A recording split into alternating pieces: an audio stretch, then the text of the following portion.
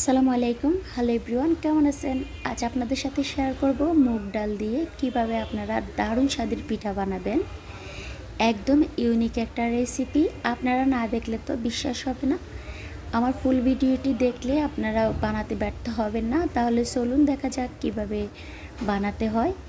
প্রথমে এখানে আমি এক বাটি মুগ ডাল নিয়ে নিলাম। ডালটাকে আমি 2 থেকে 3 ঘন্টা ভিজিয়ে রেখেছি। তারপরে পানি দিয়ে ধুয়ে পানি ঝরিয়ে নিয়েছি।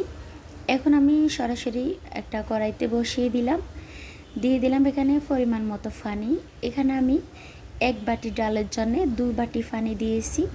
তারপরে ঢাকনা দিয়ে আমি এখন সিদ্ধ করে নেব। দেখুন অলরেডি কিন্তু ডালটা সিদ্ধ হয়ে গিয়েছে। ডালটাকে একেবারে মিহি করে আপনারা সিদ্ধ করে নিতে হবে। দেখুন দানা দানা মোটেও নেই। তারপরে এখানে দিয়ে দিব আমি কোরানো নারকেল। এই নারকেলটা আমি কিন্তু আরও 2 মাস আগে কিন্তু ডিপ ফ্রিজে রেখে দিয়েছি। এখন দিয়ে দিলাম স্বাদ মতো লবণ। তারপরে দিয়ে দিব এখানে চিনি। চিনিটা যে যেমন মিষ্টি খাবেন তেমনই দিবেন। আমি আমার মতো করে চিনিটা দিয়েছি।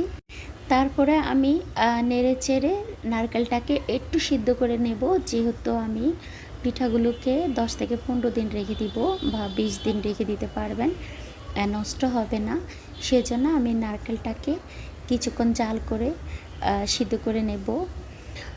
চিনি দিলে কিন্তু অলরেডি যে কোনো জিনিস পাতলা হয়ে যায়, সেজন্য আমি চিনি থেকে যে পানিটা বের হয়েছে সেটা শুকিয়ে নিব। এই যে, আর চুলার হিটটাকে একেবারে আমি লোতে রেখেছি। দিয়ে দিলাম আটা 1 বাটি, আর এখানে দিয়ে দিব এখন চাউলের গুঁড়া 1 কাপ। চাউলের গুঁড়াটা না থাকলে আপনারা কর্নফ্লাওয়ারটা দিতে পারেন, তখন কিন্তু পিঠাগুলো একেবারে ক্রিস্পি হবে।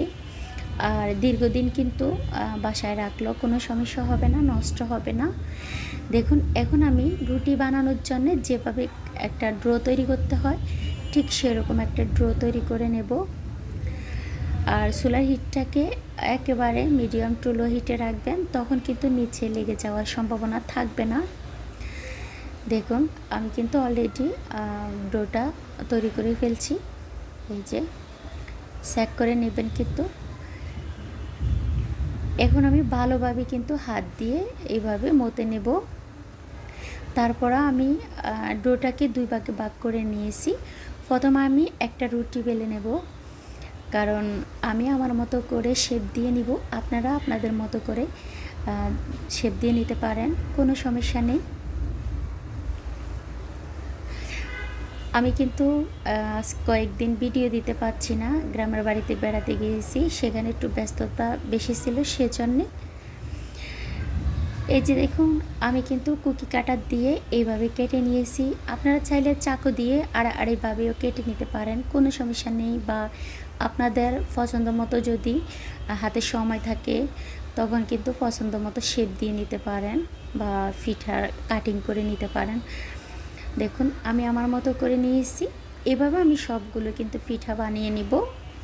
আর এই মুগ ডালের পিঠাটা কিন্তু এত মজা, আপনার না খেলে বুঝতে পারবেন না।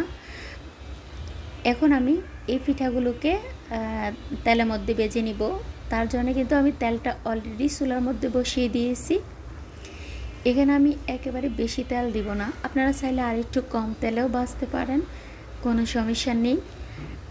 আমি প্রথমে একটু বেশি তেল দিয়েছি, তারপরে আস্তে আস্তে করে পিঠা ভাজতে ভাজতে আমি একেবারে শুকিয়ে নিব তেলটাকে।